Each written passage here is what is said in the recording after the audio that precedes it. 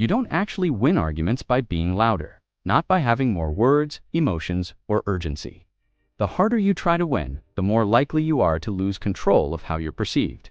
Arguments are not just about logic, they are about psychology, perception, timing, and emotional control. Most don't realize the person who seems correct isn't always the one who wins in the other person's mind. To consistently come out with respect, clarity, and influence, you need to understand something deeper. You are not just debating ideas, you are managing minds. There are specific psychological patterns that decide who gains control in a disagreement. The first trick, staying calm when the other person is emotional. When someone raises their voice, their goal is often to pull you into the same emotional state. Once both are emotionally activated, logic disappears and reaction takes over. But the moment you stay calm, something shifts in your favor. You are no longer participating in the emotional escalation. You become the stable point.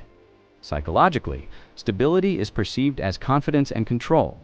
When you don't match their intensity, you force the argument onto your terms.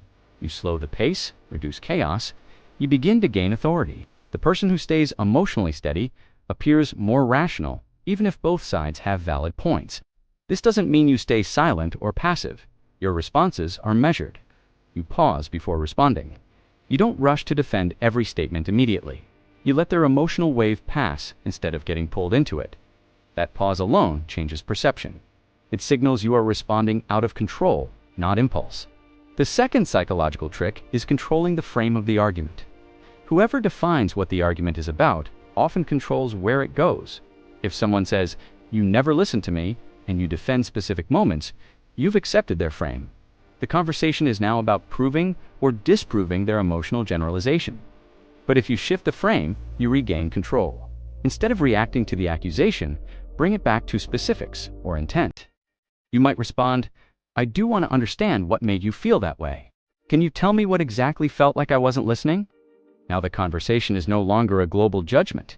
It becomes a specific discussion. Specificity weakens emotional exaggeration. Most arguments are not actually about facts. They are about interpretations.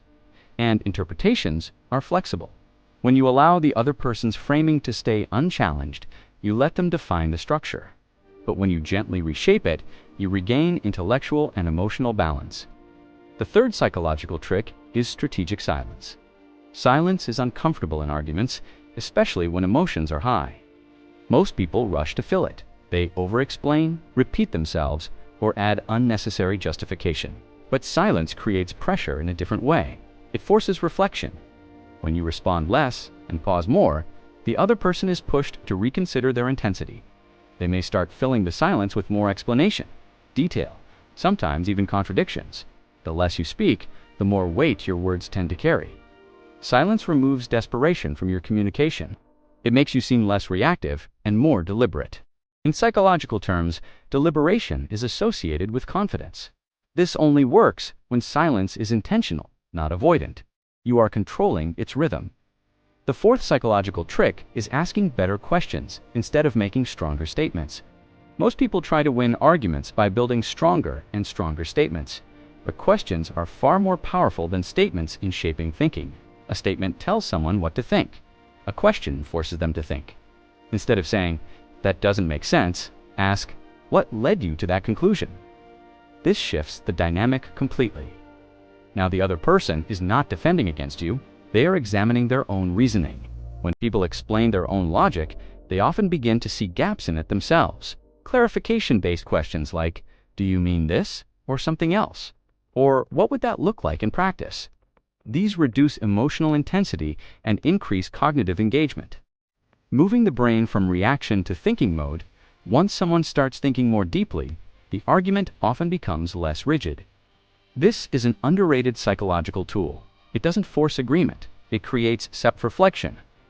The fifth psychological trick is detaching from the need to win. This might sound counterintuitive, but it is one of the most powerful shifts you can make. Most people lose arguments not because they are wrong, but because they are emotionally attached to winning. They want validation to be proven right, to have the other person admit defeat. This attachment creates pressure, leading to mistakes in communication. It makes you reactive. When you detach from the need to win, something changes in your behavior. You stop forcing conclusions, over-explaining, trying to dominate the conversation. Ironically, this makes you more persuasive. Confidence without desperation is far more convincing than intensity without control. Your goal is no longer to win. It's to understand the situation clearly and express your perspective effectively. Whether the other person agrees or not becomes less emotionally important. This emotional distance gives you clarity. The real win is not changing their mind instantly. It's shaping how they think about you and your perspective later. People rarely change their minds in emotional conflict, but they often reconsider later when emotions settle. The impression you leave during the argument plays a huge role in that reflection. If you stayed calm, asked good questions, controlled the tone, your perspective feels more reasonable in hindsight. But if you became defensive, aggressive, or overly emotional, even a correct point can feel less convincing.